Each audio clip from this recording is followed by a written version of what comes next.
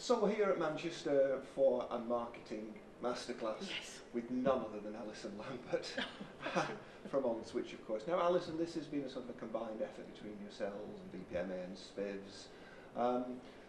The theme sort of intrigued me today, Marketing Masterclass. How many veterinary practices actually pay any lip service whatsoever to marketing? Oh, that's a very good question. The evidence that's out there would indicate that most people don't have a written business plan yet, let alone a written marketing plan. And the last survey that we were aware of that looked at this, it was about 20% of practices have a written business plan, and so there'll be something about marketing in there. So that means the majority don't have either a written business plan or a marketing plan. If it's not written down and shared with the team, then it doesn't really exist, it becomes ad hoc.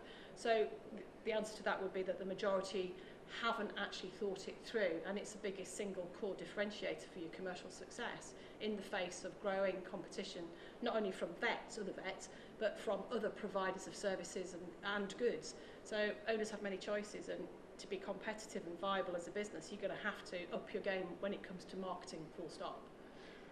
I guess in times past, if a practice did have a marketing strategy, it would have been more like a dictum from the top. Yeah. How important is it, and you mentioned it a minute ago, to include team members of a modern day progressive practice in that sort of decision making process? It's a very interesting and very pertinent question.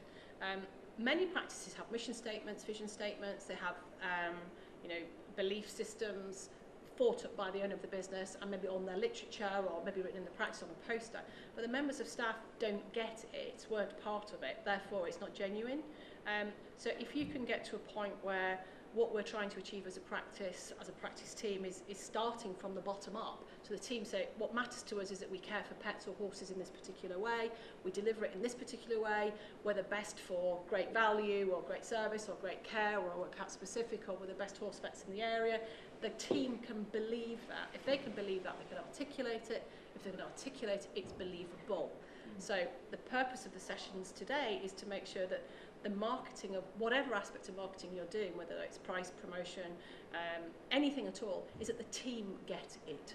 So without the team, you can spend a lot of money and go nowhere.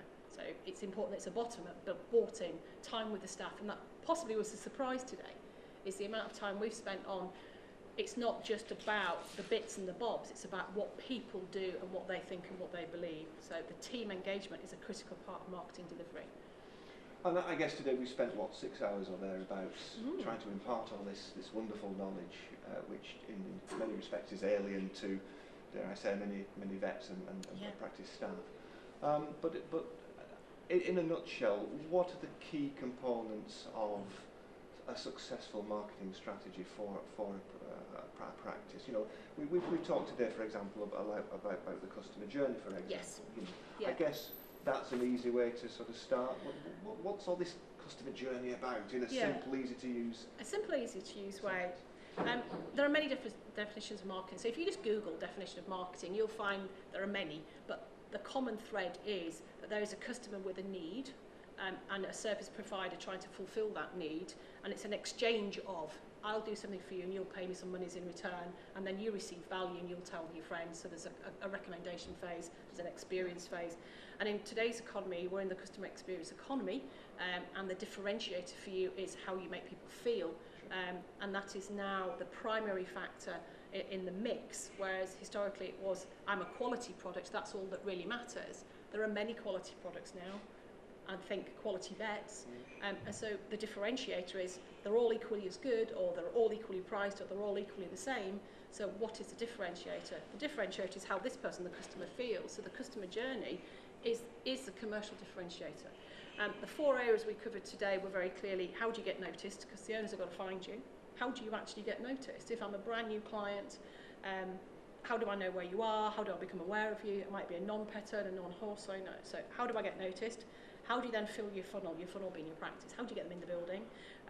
What do you do in the building to the customer experience to make it reasonable, good, fantastic, awesome? And then word of mouth, which is by far and away the biggest reason for anyone to choose a practice.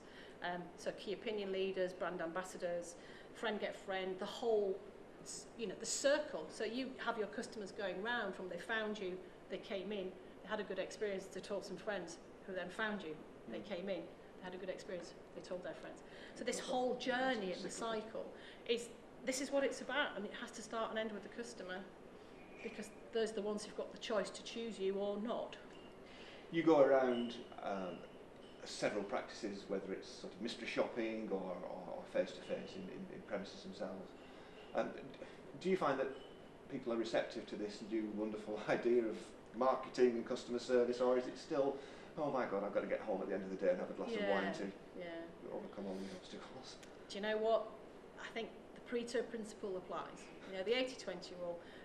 There are 4,000 plus physical veterinary buildings in the UK, probably more now. How many of those are actively engaged with customer-centred delivery? 20%. The majority, it's okay. But the problem is okay is not good enough when you're in the face of increasing competition, whether from vets or other service providers. If you think of a town that had 2 or 3 vets 5 years ago, they may have 6 now. You can't be okay, because those are new and they're fighting for the business, and they're energetic, they're fantastically focused on winning clients because they don't have any. You might have been around 30 years and you've got loads of clients, and you may be becoming a little complacent. And so the energy is different. It's a different product life cycle. So should more people be involved? Yes. Will more people get involved? Do you know what? Sometimes you can take the horse to the water, but they might not want to drink. Those who are doing well. Those who have cracked this, they know it's not easy, but it's not that difficult. It has elements to it that make more sense. Yeah. And a final message for people who are thinking about taking on some more, or grasping the mantle of marketing. What would your words of wisdom be to them? The words of wisdom are summed up by the 2 practice managers here today. We had 2 practice managers here today to complement the experience for the delegates. Dawn Kent from Willows in Newport Pagnell and Gavin Hilljohn from Heath Vets, and they were asked that exact question. So what advice would you give to the profession in the room and also the wider profession? And Dawn's feedback was, measure it. Whatever it is you're doing, measure it, because you think you know what's going on and actually you don't. Once you've got the data, evidence-based practice management, so measure. And from Gavin's point of view, he just said, start with the customer. Start from the customer. What do they want? What do they need? What do they get now? Where are they going? Why are they going? Start customer and build up, rather than go, what suits my practice so I can get home at 7 o'clock on a Friday and work down. Customer first, measure. From our point of view, the big thing would be, it really matters in a competitive environment where there is a best for pet, best for horse medical position, is you articulate that to your target audience, and to do that you have to have brilliantly engaged staff, and to have that you have to have brilliant recruitment, brilliant training and brilliant measurement. So we would just say, start with the customer and work your way back, and that's the start point. And get help. Always ask, not necessarily from people like, obviously we're here for people, but there's a massive community of people who've been through this. They're called practice managers and practice owners. And just ask them, we're nice people, but as a profession, we're in a lovely profession, and it can be so helpful. Peer support is really incredibly powerful. As ever, your enthusiasm and dynamism knows no bounds. Thanks, Alison, and take care. Thank you very much. Thank you for asking us to do it.